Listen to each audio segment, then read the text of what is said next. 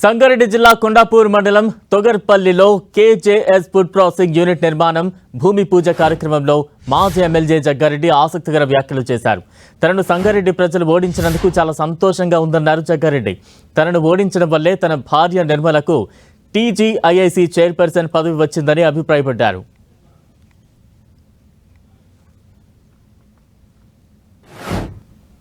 చాలా సంతోషంగా ఉంది ఈరోజు.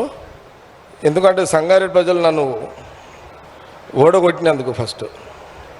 ఎందుకంటే నేను ఓడిపోవడం వల్లనే సీఎం